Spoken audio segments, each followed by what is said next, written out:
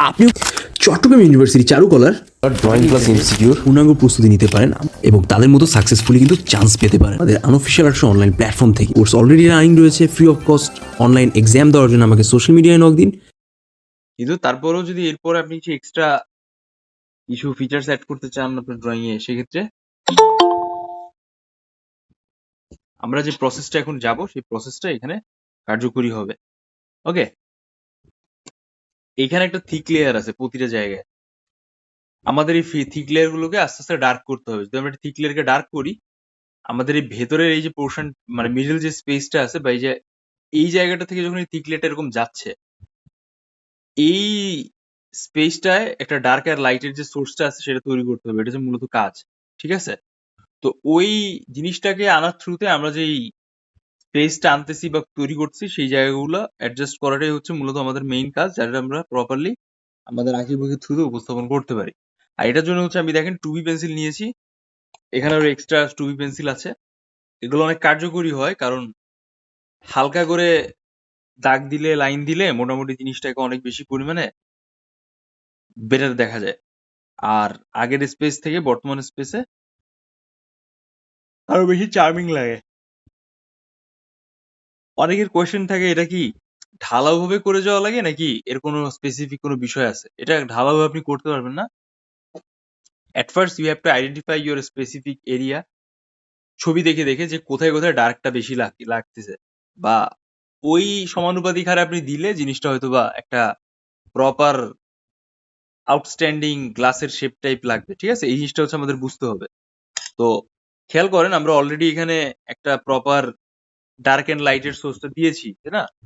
দেখেন কিছু কিছু জায়গায় ডার্ক দেখা যাচ্ছে, লাইট দেখা যাচ্ছে। সো ওই পরিসরের উপর বেস করে হচ্ছে আমাদের এখানে এগোতে হবে। খেয়াল করেন,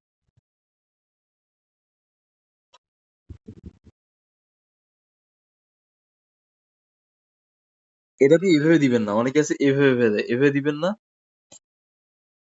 এভাবে দিবেন না। ঠিক আছে, এভাবে দেওয়া যাবে না, আবার এভাবে এভাবে টাইপের দেওয়া যাবে না। এটাকে দিতে হবে সোজা সোজা এরকম। খেয়াল করেন, দেখেন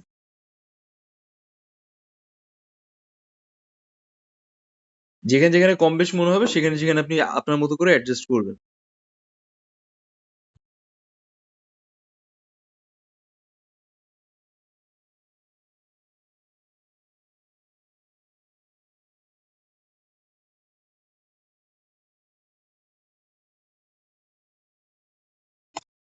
এক্সট্রা লাইন, এক্সট্রা ব্যাস, যেটা যেটা আছে সেইভাবে।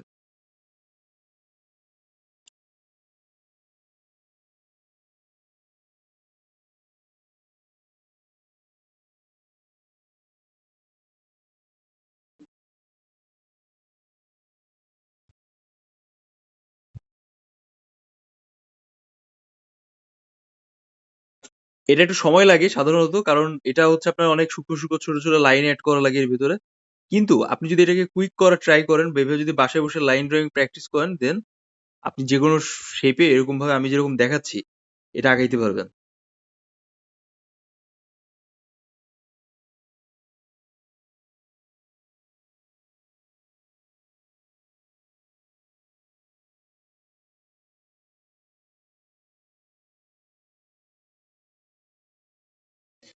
বিষয়টা অবশ্যই মাথায় রাখবেন যেন অতিরিক্ত পরিমাণে না দেওয়া হয়ে যায়। হ্যাঁ, অতিরিক্ত পরিমাণে দেওয়া দিলে আপনার কিন্তু জিনিসটা অ্যাডজাস্টেবল থাকছে না।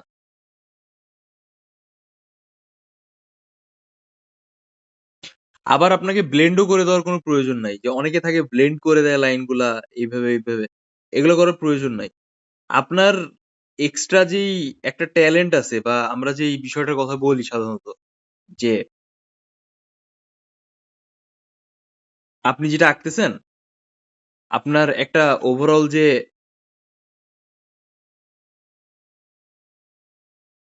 টেকনিক্যাল জায়গাটা, ঠিক আছে, ওইটাকে বোঝানোর জন্য আপনি অ্যাটলিস্ট এই লাইনগুলোকে একটু ছেড়ে ছেড়ে দিবেন।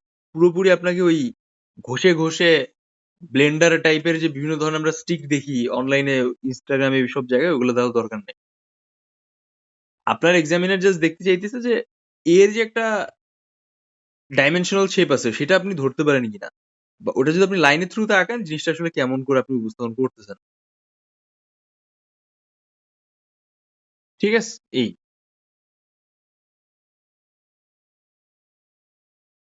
এটাই হচ্ছে জাস্ট বেসিক্যালি জায়গা।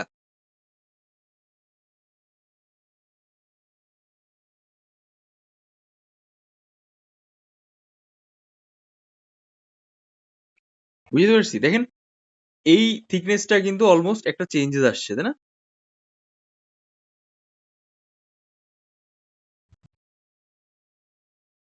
এরকম। আমার ইউটিউব চ্যানেলে যাবেন, যাওয়ার পরে দেখবেন যে একদম নিউজ ফিডে ৪ ঘন্টা ১২ মিনিটের একটা ভিডিও আছে। আমি আপলোড করে দিয়েছি আপনাদের দেখানোর সুবিধার্থে যে কিভাবে একটা বেসিক ড্রয়িং থেকে একটা মোটামুটি একটা হাইপার রিয়ালিস্টিক লেভেলে ছবি আঁকা যেতে পারে। আচ্ছা, আমি স্যাম্পল দেখাই। এখানে যদি স্যাম্পলটা থাকে দেন তো ভালোই হয়। ১ সেকেন্ড। চলুন আমরা একটা স্যাম্পল দেখে নিই। এখানে একটা স্যাম্পল ছিল। হুম, একটা সেকেন্ড।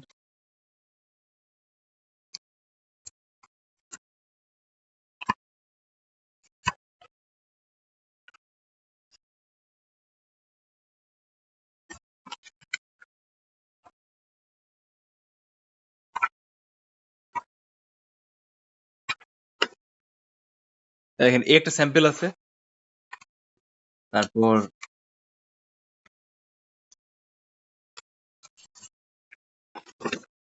ছবিটা গেল কোথায়?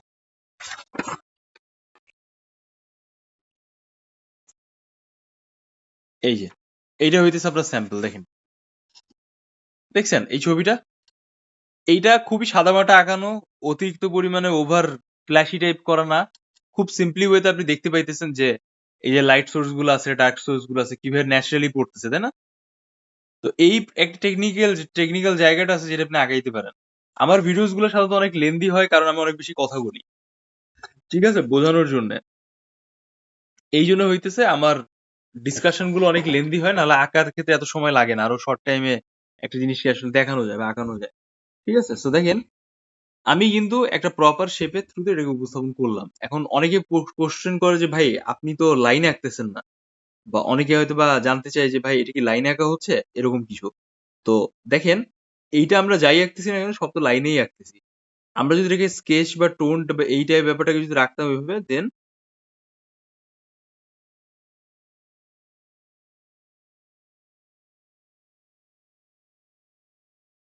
আপনি ওইটা ওইভাবে লাইক বলতে পারতেন। ঠিক আছে? সো এখন যেটা ব্যাপারটা হইতেছে দেখেন আমরা উপরে কিছু পার্টটাকে একটু ডাইমেনশনালি চেঞ্জ করে আনছি। এবার হচ্ছে আমরা নিচের পার্টে আসি।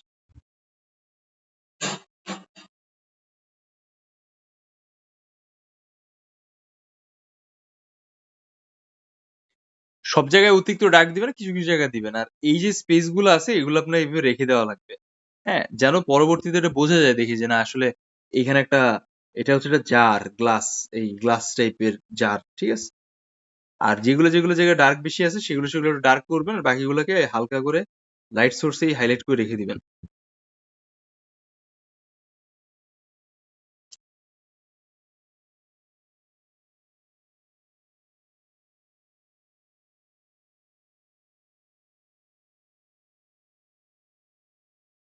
আর সবসময় ফোকাস রাখবেন যে আপনি যেই জারটা দেখে আগাচ্ছেন বা যেই স্যাম্পল দেখে আগাচ্ছেন সেই স্যাম্পলের মতো যেন বিষয়টা উপস্থাপিত হয়। আদারওয়াইজ কিন্তু জিনিসটা দেখতে খুব ভালো লাগবে না। ওকে? আর এই থিকনেস গুলো যেন ঠিক হয়। এই যেমন শেপটা আমি দিলাম এখানে, তারপর এখান থেকে যে শেপটা দিলাম বা ধরার চেষ্টা করেছি ওইগুলা। এখানে আমরা আসতেছি বাট একটু পরে।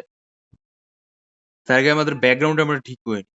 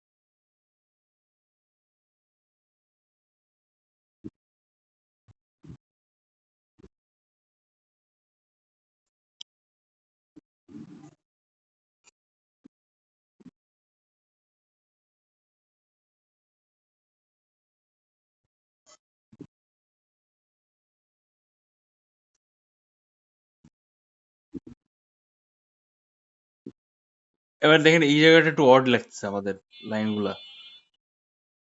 এই জন্য হচ্ছে আমরা এখান থেকে রাউন্ড শেপটাকে এরকম ধরার চেষ্টা করবো।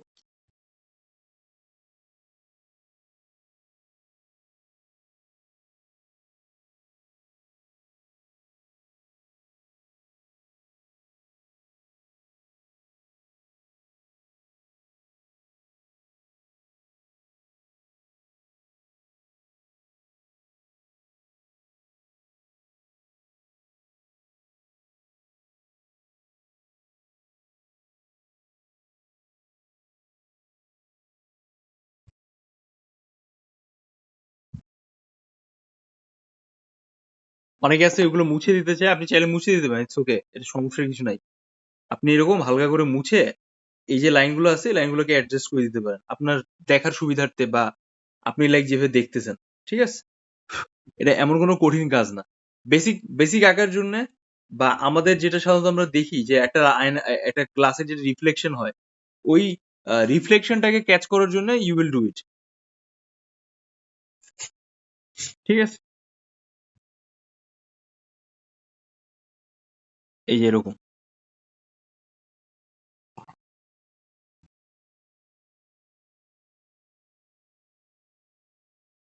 এরকম ভাবে জাস্ট রিফ্লেকশনটাকে ক্যাচ করার জন্য দেখেন আগে থেকে কিন্তু আরো সলিড লাগছে, তাই না?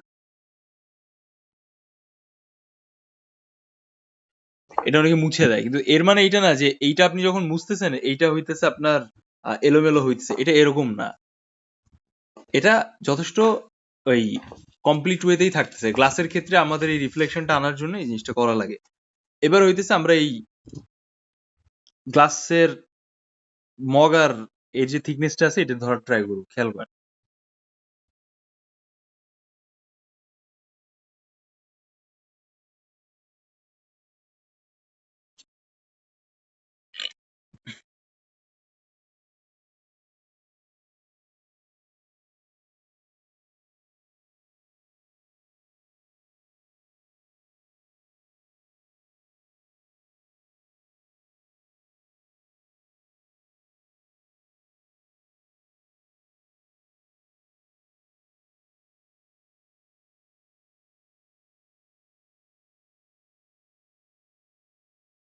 এরকম দিবেন যেন ওই যে একটা রিফ্লেকশনটা আছে এই বরাবর, এটা যেন এরকম থাকে।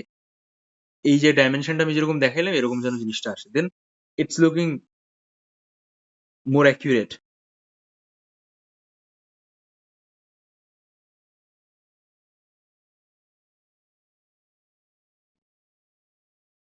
ঠিক আছে,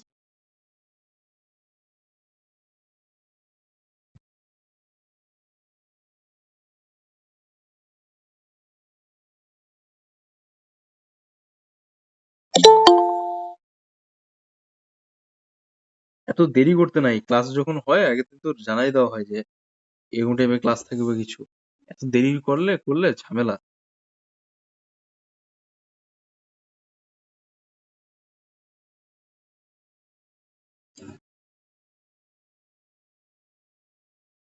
দেখেন তো এখন মনে হচ্ছে না যে এই পার্ট দুইটা সেপারেট আগের থেকে?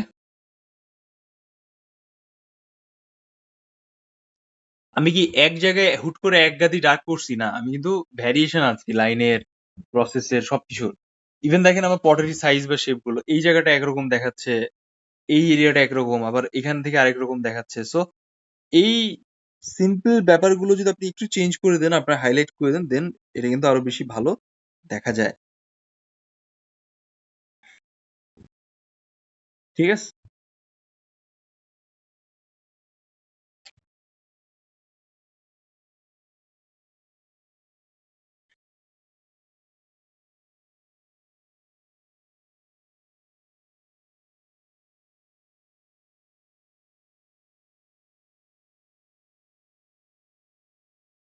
হ্যাঁ, গ্লাসের ক্ষেত্রে সাদার পরিমাণটা অনেক বেশি হয়, এটা সত্যি কথা। বা আমরা যখন গ্লাসের কোনো শেপটাকে আঁকি সেখানে আমাদের এত কালো হয় না, বাট ওটাকে যদি আপনি ব্ল্যাক এন্ড হোয়াইটে কনভার্ট করেন দেন ওইটাকে এরকম পরিমাণেই কি ব্ল্যাক দেখা যায় সাধারণত। ঠিক আছে, সো এই জন্য আপনি এখান থেকে আমি যেরকম আলাদা আলাদা ভাবে ব্ল্যাক ক্রিয়েট করতেছি আপনি এরকম করতে পারেন চাইলে। আচ্ছা, সেম ওয়ে আমরা এখন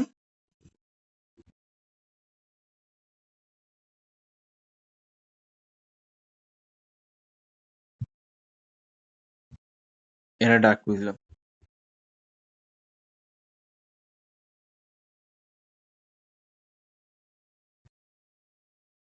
এরকম, ঠিক আছে?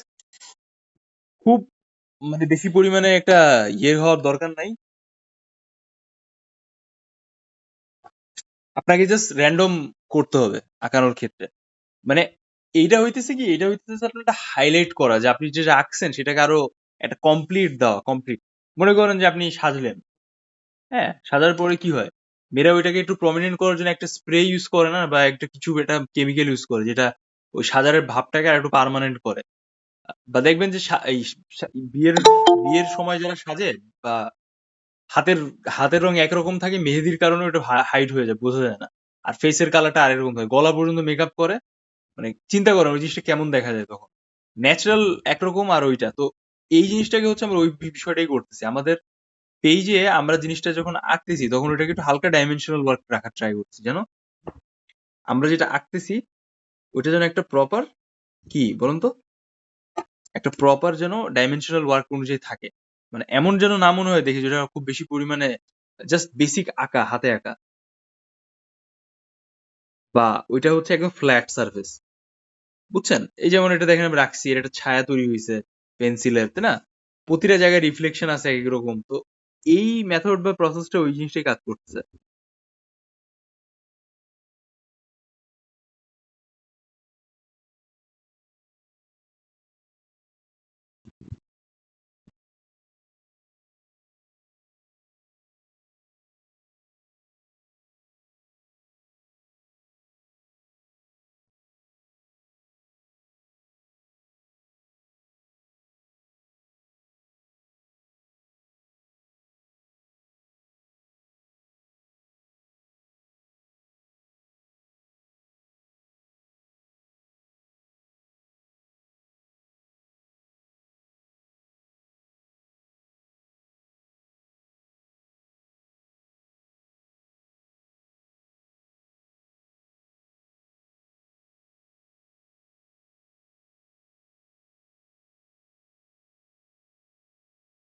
এই যে দেখছেন এইভাবে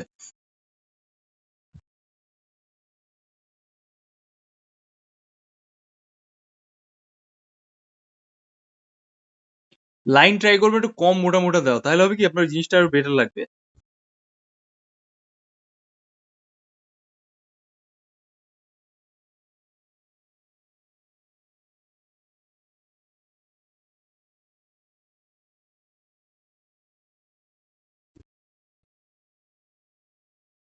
এবার আমরা সেম স্টাইলে ওই কাজটা করব।